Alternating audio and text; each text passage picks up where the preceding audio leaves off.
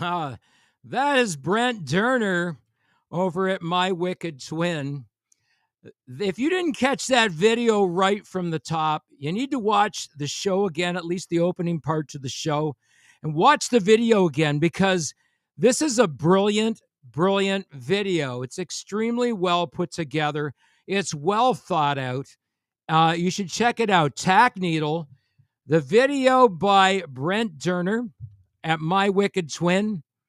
Check it out and check it out wherever music is sold and download it and stream. You can get it on our website as well at indietunes.com. All of our artist music is available on about 160 different platforms and at indietunes.com or indietunesrecords.com because we have both of those domains assigned to our website. So you could go either place and find us there. I'm just going to remove that source from there. There we go. And tonight we're going to talk about Spotify. Now, you know, there's been a big kerfuffle the last little while, almost as big as, batters getting intentionally walked in the World Series. Oh, did I say that? Well, this is kind of similar. We're going to talk about this similar stuff. People losing their shit on the internet saying that Spotify is changed their terms of service substantially that gives them all the rights to your music. Well, I'm not a lawyer, but I can tell you that Spotify's terms of service that Spotify gets users to agree to is on the Spotify streaming platform itself. It's for users of the streaming platform because there's different things you can do on the streaming platform as a premium member. If you don't know, you need to go and surf it and find out what kind of privileges you get as a premium member. You can be a playlist curator. There's a whole lot of really great things you can do to help the cause. So that's one thing I'm going to tell you tonight. So everybody's losing their shit because Spotify introduced a new terms of service. It's actually for their users of their download and streaming service that listen to music there and then could make derivative works by sampling the music that's available there as well. So I'm going to demystify this whole thing by pointing you to a contract or a terms of service that you would agree to when you upload your music to download and streaming services. Now, if you're you could be using DistroKid, you could be using CD Baby, you might be using Ditto, you might be using TuneCore. Now, you could be using any one of those services to download your music, but you're going to have to agree to a terms of service in order to use that download service. So they're essentially a music publishing service or clearinghouse. They're a brokerage, if you will. I use DistroKid Label, which is a label version of DistroKid that gives me access to a whole great array of analytics and all kinds of cool things that help me exploit markets for our artists. And also taking a look at where an artist might do well if they were to go and play live. So the analytics can help us predict those kinds of things. I want to get too far down that rabbit hole before I pull us back. Okay. I'm going to pull us back to this whole terms of service thing. So the terms of service that you agree to, if you're an artist or a musician downloading your music directly to Spotify and all of the download and streaming services, so like iTunes, Deezer, Tidal, and the list goes on. There's about 160 of them out there. Not all download services or upload services are created equal. So they're all a little bit different in terms of what they actually offer. But essentially the terms of service goes something like this. This distribution agreement and terms of service, this agreement is a binding legal agreement between you and the distribution company. Okay, you can insert whoever you use there as a download to upload your music to services. Okay, so there's one thing. You're granting them certain rights. So you're making a binding legal agreement between you and the distribution company. It could be any one of the ones that I mentioned before. Regarding your use of our service to distribute your musical recordings to selected digital services and stores, our service, content blocking and acoustic fingerprint service, currently known as many things, right? So there's a whole thing you agree to there in terms of the way they're going to manage your music and any other uses of your musical recordings and musical compositions by DistroKid and its licensees as described herein. So this is a blanket license for DistroKid, CD Baby, TuneCore, Tidal, any of them, where you would upload your music. Sorry, I didn't mean Tidal. Tidal is actually a streaming service. But you've got Ditto and TuneCore and CD Baby and DistroKid. Those are the main ones. There are others that exist out there where you can publish your music. But everybody automatically assumes that that your terms of service is with Spotify. Your terms of service is not with Spotify. It's not exclusive to any streaming service.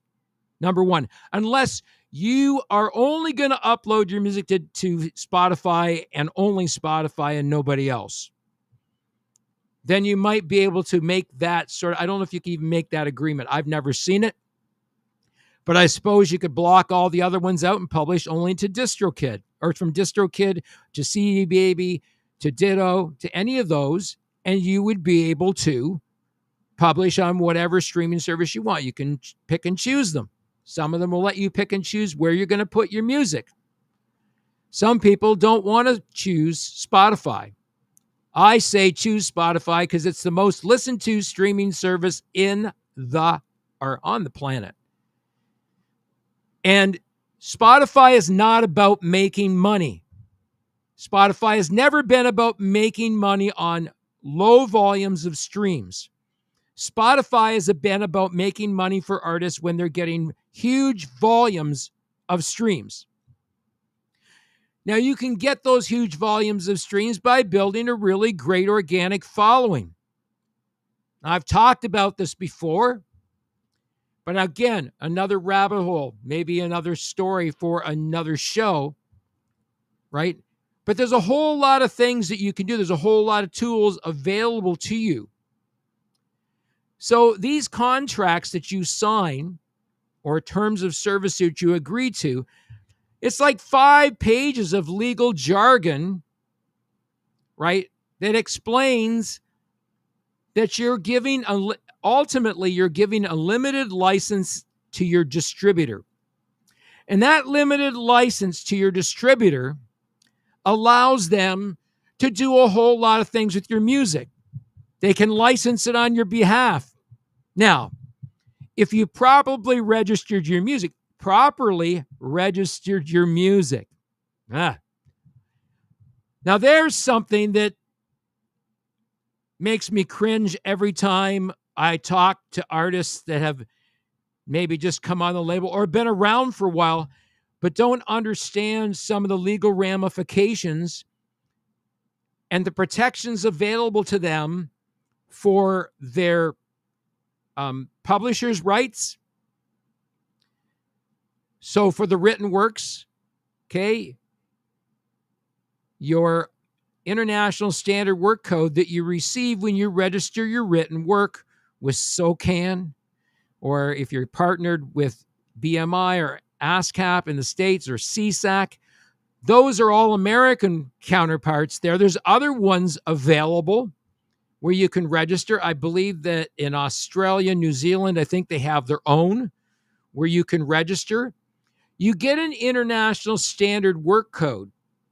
Now, that International Standard Work Code is a unique code assigned to your written work. And in there, you have to put the timestamp for your song or songs, because that becomes another copyright proof that that work belongs to you. Now, that's one half of the equation. The other half of the equation, of course, international standard recording codes. Now, International Standard Recording Code is a unique digital fingerprint assigned to a track.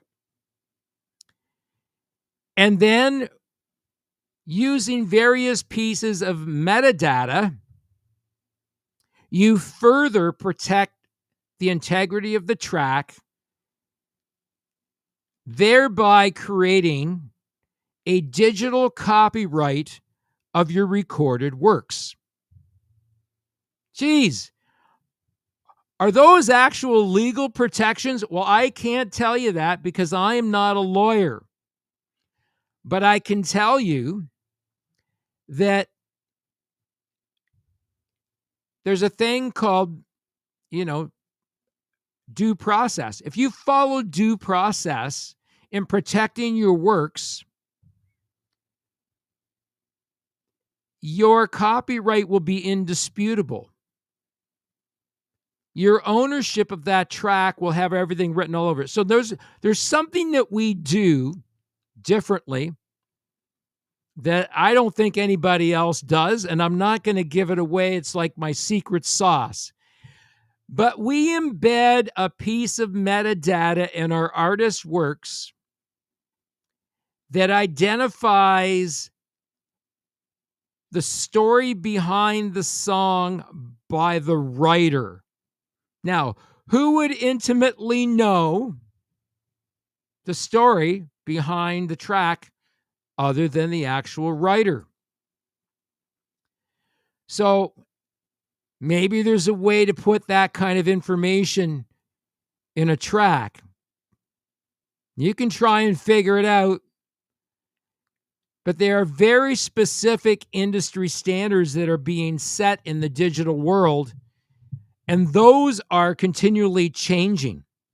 I just talked to an artist the other day who, we share the same frustration. Connect Music Canada, that looked after licensing for artist music. So I find an artist music and I want to buy a license for that artist music to use on a limited run, or it's an indefinite run. So these might be, forever royalties. It could be, I'd like to use this track in a soundtrack in a movie, right? If you license someone on your behalf that can sell the license to the music for you at the industry standard, there's a chance to build another revenue stream as an independent artist. Now, everything I always believe, every time there's adversity, there's always an opportunity or a workaround. So here's something I want to talk about as I talk about these terms of service. The terms of service that people are going crazy about on YouTube, and I've watched tons of videos, everybody's losing their shit about this, is that Spotify has changed their terms of service on their platform.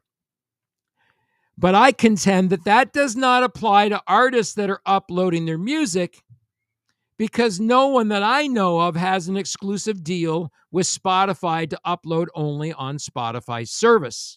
If you're using Ditto, if you're using CD Baby, if you're using TuneCore, if you're using DistroKid or other distribution-related services to publish your music, you have the option of cherry picking or just throwing it out there, right? Never avoid putting your music on Spotify.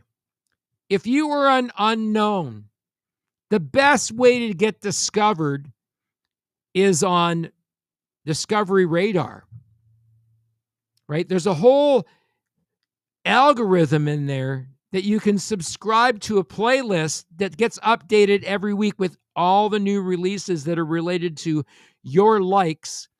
So Spotify kind of determines what you like to listen to. It listens to what you're listening to, and it tries to make suggestions based on your listening behavior.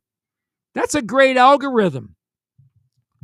If it listens to what you like in music, it's going to make suggestions. So if your music sounds like, let's say, the Tragically Hip, for example, if you're Canadian, that might be a really great thing if you're a Canadian band and you're compared to the Tragically Hip. So you'd want that in that suggestion that your music sounds like the Tragically Hip. Or if your music is, metal and heavy rock like the Scorpions, then again, the same thing. And when you tag your music, you can tag it with those hashtags and get those relatives out there in terms of all those relative things that connect across the internet. All things across the internet connect. I did a reel today. You should watch the reel I did today about a restaurant we ate at. I thought it was a stab at, some sick humor, some bathroom humor. Anyway, I posted it. You can check it at my reels on IndieTunes. Check it out on my profile there. If you don't follow me, follow me. I'd like it if you did. I try to interact with people that follow me. I got about, I don't know, close to 6,500 people that follow me and like my stuff periodically. Hey, listen, if only, 1% of those people engage with me, I'd be happy. I'd like 10%. That would be fabulous. But I'll take whatever I can get in terms of organic growth. And that's the cool thing about what we do as an independent record label. We're all about organic growth. So I mentioned this before. Okay, so the power of 1,000. I think I've talked about this before. So your goal on Spotify should get you to get at least 1,000 followers on Spotify. Now, that's going to come slowly and might not come right away. But you, as an artist, it's your product. You need to sell it. The record label only gets it out there for you. It's your product. You need to sell it. And I can tell you that does work. I go back to, a band that I work with on the label, Helix. They've been around since 1974. First album goes out in 1979, right? They sell like 10,000 units on their own out the backs of clubs they're playing at. So they're playing at bars all across Canada, and they're going out in the parking lot smoking cigarettes or whatever with everybody out there, and they're selling their albums. They're selling their albums. And back in those days, if they made $2 an album, they thought they were doing good. That would be like 1979. So think about it. The power of $2 back in 1979. Anyways, they sold 10,000 records at their shows. When was the last time you did a live show and asked the people at your live show to follow you on Spotify, if they subscribe to it, or follow you on iTunes? They're likely to be on one of the two. When was the last time you made a call to action for those people that are engaged with you, the people that come to your shows, the people that listen to your music, the people that watch your reels? If you're making a weekly reel, I suggest to artists they use their music in the background. You'll notice today, in my reel I made today, I featured My Wicked Twin music in the background. It's well written. It's well produced. It's great music by Brent Durner, who is a holder of a couple of platinum records, like 4 gold albums. Amazing stuff this guy has written, right? So I use his song Nobody Approved. The song is essentially a lament about Helix not getting on Canada's Walk of Fame and not getting voted into Canada's Music Hall of Fame. It's a lament about that. And it shows the irony behind the music industry. Okay, so is the music industry broken? Yes, it's definitely broken. Are there workarounds? Hell yeah, there's workarounds. There are all kinds of workarounds. We do them here every day. And I'm getting, I got some great news I want to share. If you're, so I just got a message from Kevin Rudy. Kevin is the front man. I'm just going to send him a message.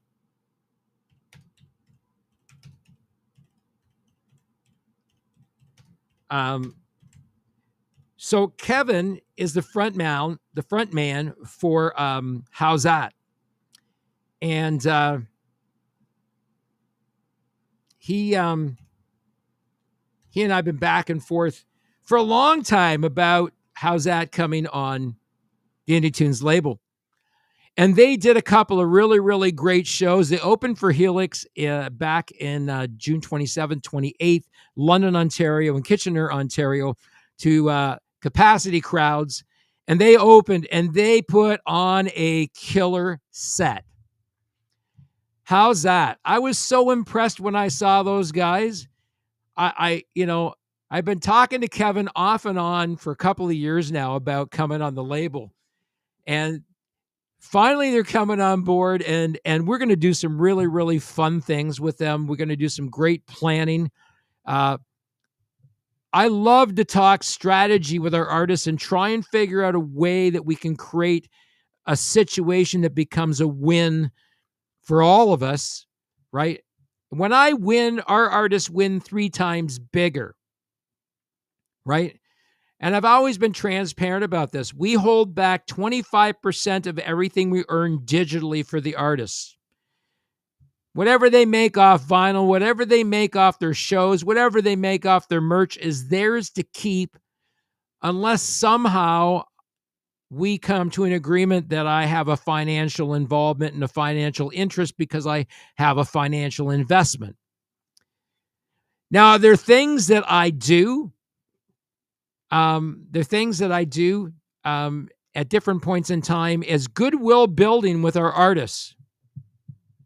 And we have a little bit of a thing that we started a year ago, and everybody so far has seen the value in it. And I hope they continue to see the value in this.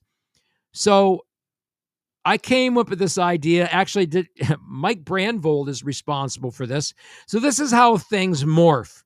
And this is one of those rabbit holes I'm going down right now. But I want to talk about that because one of the things that Michael said to me, Michael Brandvold, if you'd never met him, he's going to be on the show at some point in time. Michael is a digital marketing specialist. He's worked with Britney Spears. He's worked with Alan Jackson. He's worked with Ozzy Osbourne. He's worked with Accept, Wasp.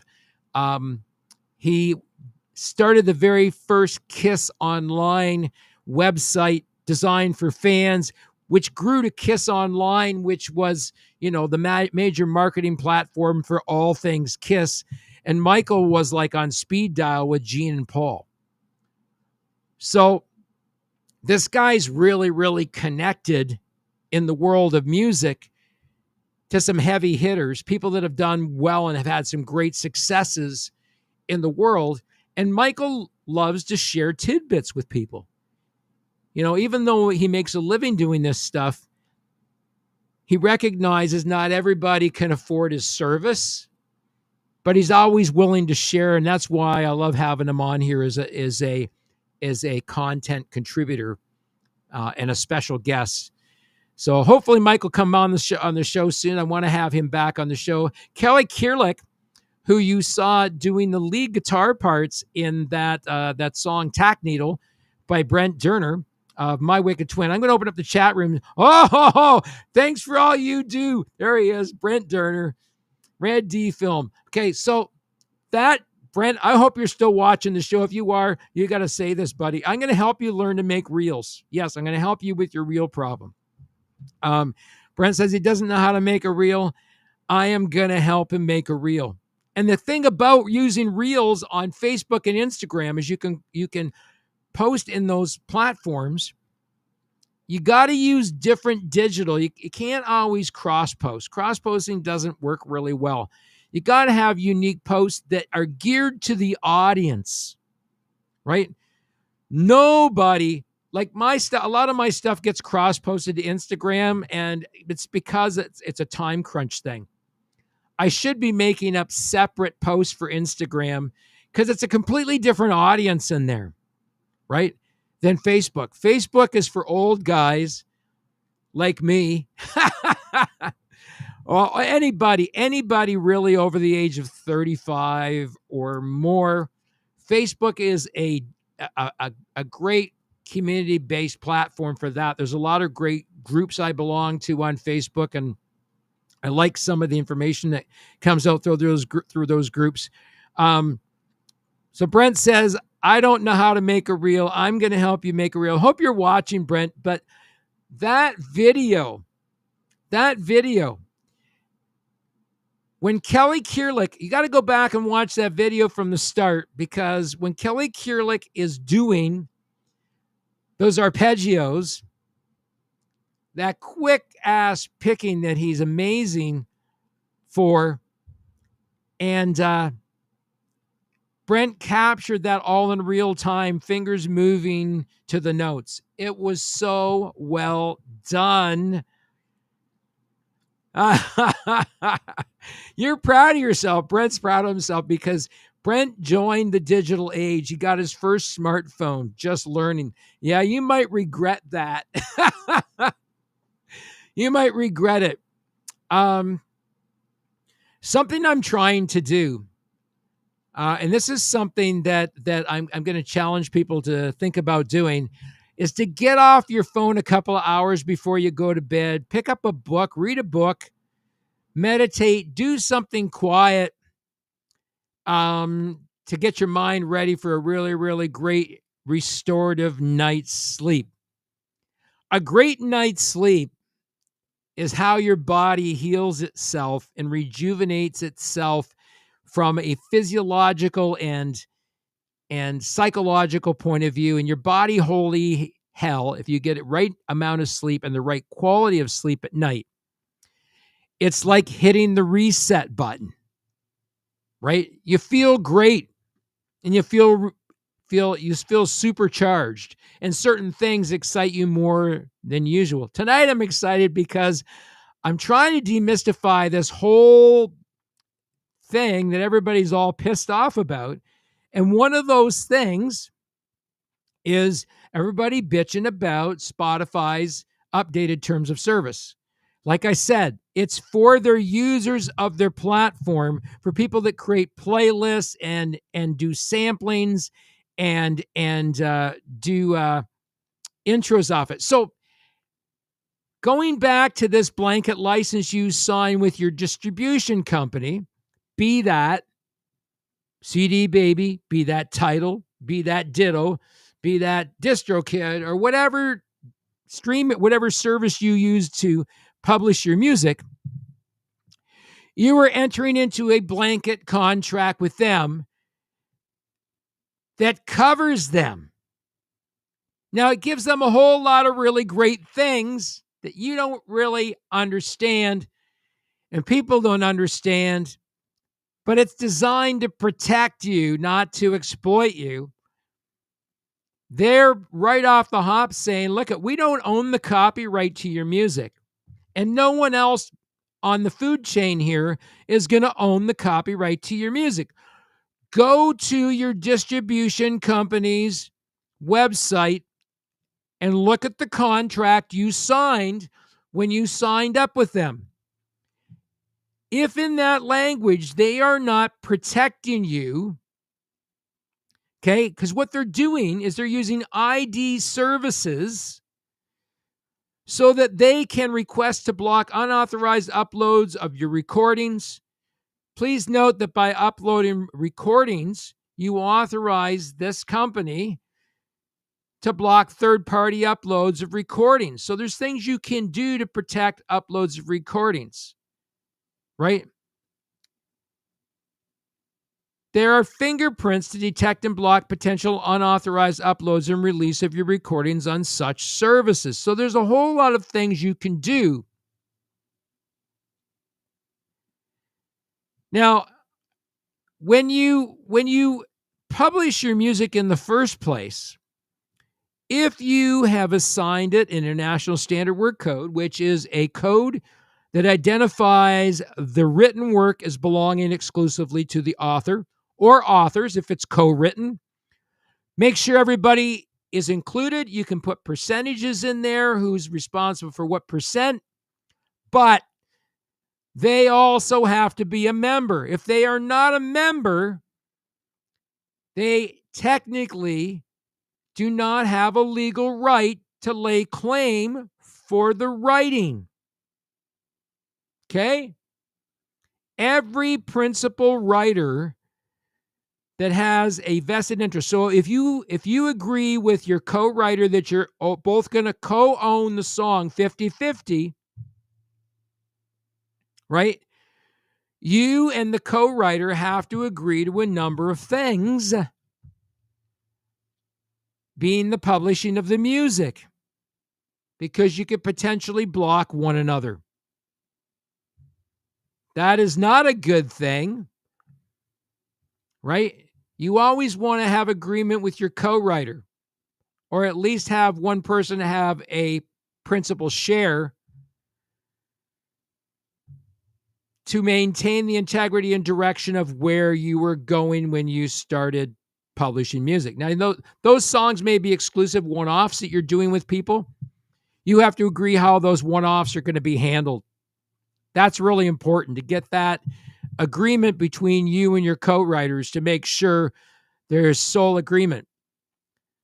A lot of times there's a principal writer, and the principal writer takes credit, and then they can decide if they want to share those publishing rights. Now, the publishing rights can be substantial. Sometimes on a quarter, for some artists, they might make a few hundred or maybe even a few $1,000s every time their music's been used. Now, remember, if you are a member of SOCAN, or if you are a member of SESAC or ASCAP or BMI, when you play live, you should be submitting your set lists of your songs that are registered with SOCAN, because technically you have to pay SOCAN the licensing to play your own music. So when your music is performed live, whoever uses your music in a live situation has to license your music. That's another way that publishers get paid. However, a lot of people are not SOCAN compliant. A lot of them are not BMI compliant. Some are not ASCAP or CSAC compliant, because the artists can hurt the venue if they claim in the venue, because the venue is responsible for paying the royalties. They're responsible for paying the performance rights. Technically, it should be the venue that submits the playlist. Anyway, I know artists that have to pay every time they play their own songs live, but it all comes back to them as well, because that's royalty be paid on their behalf. And then SOCAN or whoever collects it, and then that comes to you by way of your royalty check. Sometimes it's not very much money, and sometimes it becomes a cumulative event, right? And we're seeing that cumulative event happen with our artists. Now, So these contracts are terms of service that you signed with a distribution service when you decide to publish your music. You entered into a contract with them, which is a blanket license. It's a limited license, but it also licenses everybody on the food chain, including iTunes, Spotify, Tidal, Deezer, Amazon Prime, Apple Music, all of those, right? It grants them license to distribute your music. They can't sell your music on their download service unless they have the rights to do that. So you have to grant them licensing in order to distribute your music. Just like artists grant me as a record label rights to distribute their music. And Indie Tunes Records is embedded in every bit of our artists' data, in their metadata on their tracks. Indie Tunes Records is listed on those tracks as a publisher, as a copyright holder for the purposes of distribution. You understand that? Copyright for the purposes of distribution. That prevents me from getting hit with copyright strikes. What I get instead of copyright strikes are requests to share revenue. And that's what you want. I probably sign, I don't know, 100, maybe 100 a month of agreements to share revenue on our artist music, because our artist music's got played on Facebook, or I put it one of their videos out, and my distribution company is making a copyright claim because of how I have their artist music registered. And we do it to a fine art where everything that gets released by the artist, so if they're using MP3s for radio play, if they're using MP3s for their own distribution chain, all those MP3s are encoded, because we want to be able to track that digital fingerprint wherever that music ends up and collect royalties on it. Cha-ching, cha-ching, cha-ching. It might be fractions of a penny every time, but even a 16th of a penny 16 times is a penny, right? Now, fractions of pennies, people say, oh, they don't add up. They don't add up. Well, he's not really a friend of mine anymore, but he became a multimillionaire overnight because of a trading software that he and his company developed. And when they decided to market the software, and it was a major investment company that they were dealing with, and they said, what do you want for the software? And they said, oh no, we don't want any money for the software at all. No money for the software? All those years of development, all that great stuff? Nope. Well, what do you want? We want 1 penny per trade. 1 penny per online trade. What they didn't suspect is that when that software went live, remember, it had been tested before it went live. There were hundreds of millions of transactions in the first day. The first day of going live, hundreds of millions of transactions. They made hundreds of millions of pennies, right?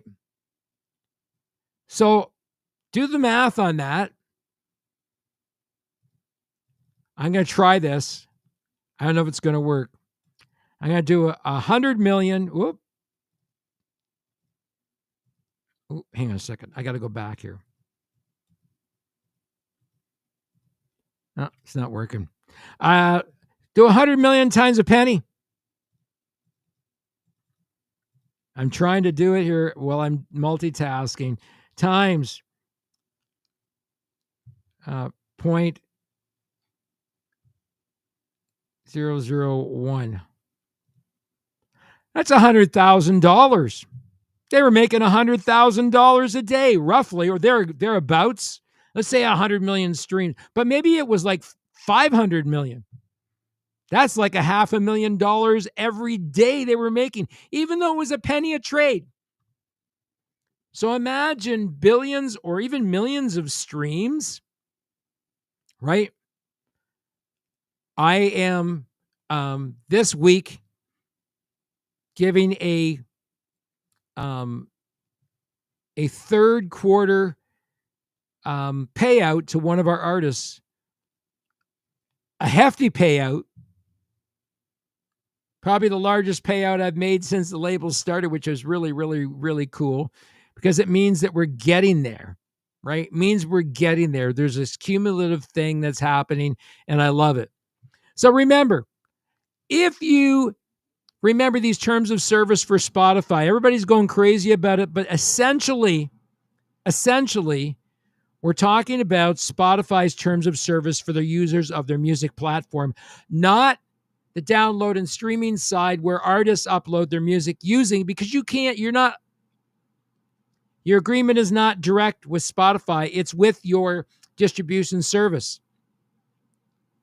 So if you're using CD Baby or Ditto or TuneCore or DistroKid or one of those, you have an agreement that you sign with them, and that is a blanket agreement that covers all of the download and streaming services. Remember, in order for these distribution companies to get into the game, it wasn't that long ago that only major artists could get their music up on download and streaming services. It was with the advent of companies like CD Baby that were able to enter the digital world, DistroKid and TuneCore and Ditto, who could enter the digital world and now publish your music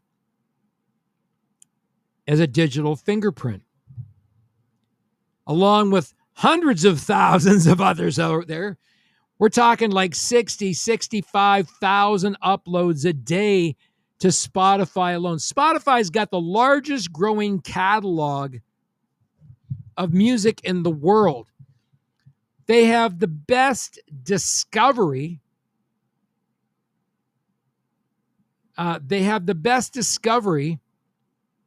Modes of any download and streaming service available.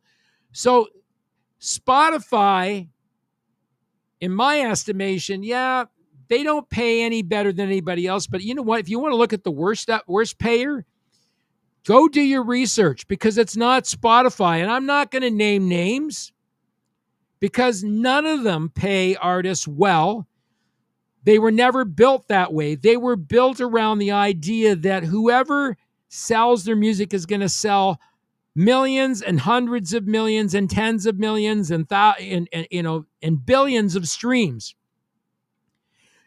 Those download and streaming services originally landed as a result of major artists who already had platinum and gold status, right?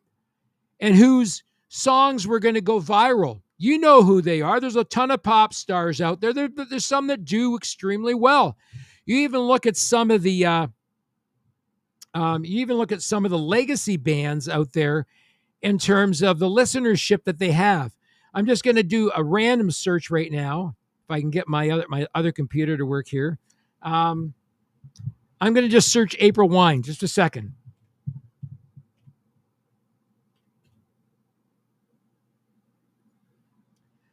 So I'm looking at April Wine right now as an artist on Spotify. And right now they have 512,988 monthly listeners. And just some of their most popular songs: Sign of the Gypsy Queen, 17,877,798 streams. 17 million streams. Now, if we were to just take that one song, okay, and I'm going to try an experiment here. I don't know if it's going to work. 0, 0, 1, 6. I think it's that way. And I'm just going to go 17 million. So on one song at 17 million, you're looking at somewhere between $25,000 and $30,000 per song, right? But that's a growing amount of money. You got 512,988 monthly listeners. Now, I could bet if I went into their analytics and delved into their analytics, there's a whole lot of stuff I could tell you about the most streamed tracks that they have. Now, here's the interesting thing. When you go looking at how you exploit services, and that's essentially what I do from an organic standpoint, I exploit the algorithms that I see happening within those various services, and I seek to exploit those algorithms and use those algorithms to try and surf our artists' music out there, because Spotify is about three things. I'm going to say this, and I say this all the time about Spotify. It is about reach, it's about discovery, and it's about engagement. Those three things, okay? You don't get engagement without reach and discovery. And discovery and reach can come in a couple of different ways, because someone discovers you and all of a sudden they share you on a playlist. No greater thing than that. So here's another freebie. How about a call to action when you play your next live show to ask your artist, your followers, the people at the show, to follow you on Spotify if they like you. Follow us on Spotify. Listen to our music. Become a regular listener, right? No better way to gain an organic audience by engaging those people and getting them to follow you in real time. If you get 1,000 regular listeners, 1,000 regular listeners, and they're willing to stream your song the first day it comes out, one time, your song hits 1,000 streams day one. Day one. There's day one. I'll point over that at that big washer on the door behind me. Day one, you hit 1,000 streams. Day two, if they stream it for 7 days and you ask them to stream for 7 days, you're going to get at least 1,000 streams a day for 7 days. That's 7,000 streams by the end of the first week. What do you think that organic growth does to Spotify's algorithms and suggestions and playlist ads? All those things put together. I'm going to give you just an insight here how this works and how, granting the licensing to your distribution company in order to be able to have access to all these great analytics that are at your fingertips. But if you don't know anything about exploiting these analytics, then you need to work with an independent record label like me that will work with you to develop not only a strategy, okay, but sitting down and talking about what's our release strategy. Are we going to do a waterfall release? Because we're basically unknowns that we want to get our music out in front of more people and we want it shared more organically. Now, One of the things we know that's changed in the world of Spotify and in the world of any streaming service, 65,000 tracks downloaded daily or uploaded daily. That means the track you publish today is now under 65,000 new releases, unless somebody's breathing life into it. You get 1,000 dedicated followers who will stream your song one time a day for a week. That's 7,000 streams the first week it's out. Now, just imagine, if you will, if you got those 1,000 followers to stream your song 10 times a day. Wow. That's 10,000 streams a day. Put it on a repeat playlist. Put it in your playlist so it plays 10 times throughout the day on your playlist. Share it out to other playlists. One of the things that we've also noticed is that there's been a big uptick in where music is shared. And music tends to be shared more. Michael, you're great. You should come on here as a contributor. You know a lot about this stuff. Just came in. How's it going? Love the show. Hey, Mike. Yeah, you know what? I love doing this show because people always tell me, I learned something last night. And if you learn one thing from some of the stuff that I'm sharing with you on here, then I've done my job, right? But essentially, the stuff everybody's losing their shit about, Spotify's modified or updated terms of service, relates to the use of their streaming service, not the digital upload platform where artists upload their music to, because you have to enter into an agreement with your distribution company. Whoever you use to upload your music to get it on all those download and streaming platforms, that is who you signed a terms of service with or agreement. You entered into a legal and binding agreement with your service. I did when I used the label version of DistroKid. Now, it says here, they reserve the right to accept or reject any recordings uploaded to at their sole discretion. That's good. Now, there's a whole lot of things. Your agreement to this agreement and commences on the effective date and will continue unless or until terminated by either party in accordance with the agreement. Upon termination of the agreement, DistroKid will no longer use any of your recordings provided by you pursuant to this agreement to generate fingerprints for any of their services. Now, the thing is that you can set up publishing services in infamy where your royalties will continue to collect and be shared with whomever you designate as your beneficiary. So those are things you can look into, is how do I do that? How do I protect my interests in perpetuity, right? Two of those ways, I already mentioned it before. An international standard work code. If you don't know what that is, you need to know. And an international standard recording code that is unique digital fingerprint attached to your digital master recording.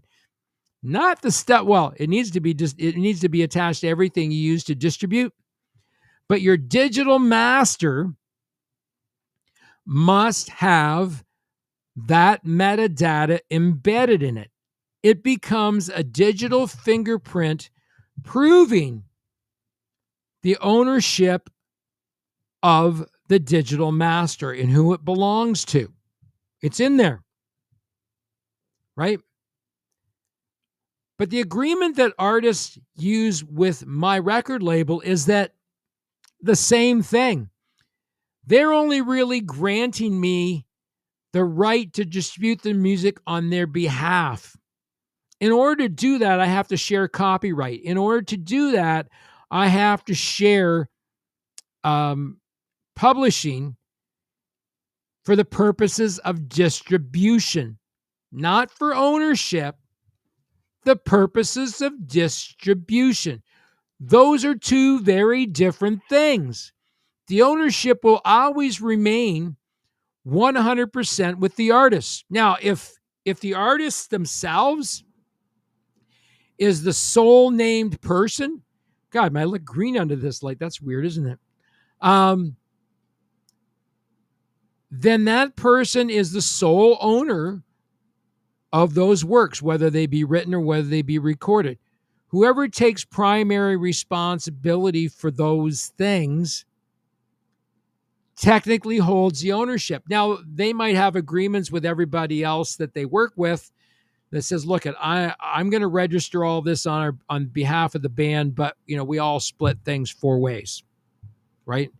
And then maybe that changes if somebody else leaves the band and somebody else comes in. I don't know. That's a band thing, and that's an artist thing to decide. Anyway, so much to talk about, and I know we just scratched the surface tonight. I told you I wasn't going to go into extra innings, so we're 7 seconds into the overtime here, and I'm going to call it quits. I want to thank you for joining me tonight. Future guests, Michael Brandvold will be on the show. We're going to have Brian Vollmer's sister is going to be coming on the show. She's an author. She's a published author. She's going to be coming on the show, and we'll be talking about that a little ways down the way. I want to have Mike Muscat back on the show, and Michael Brandvold, Kelly Kierlich. Love to have you back on the show as well. Thanks, everybody, for watching tonight. And I don't know. I'm not a Jays fan, but I'm going to say go Jays, go tonight. And it's not with extreme enthusiasm because I haven't followed them for a long, long time. My own personal choice. Have a great night, everybody. Peace out. Remember, this is the Indie Show. I'm Kenny, and you are not.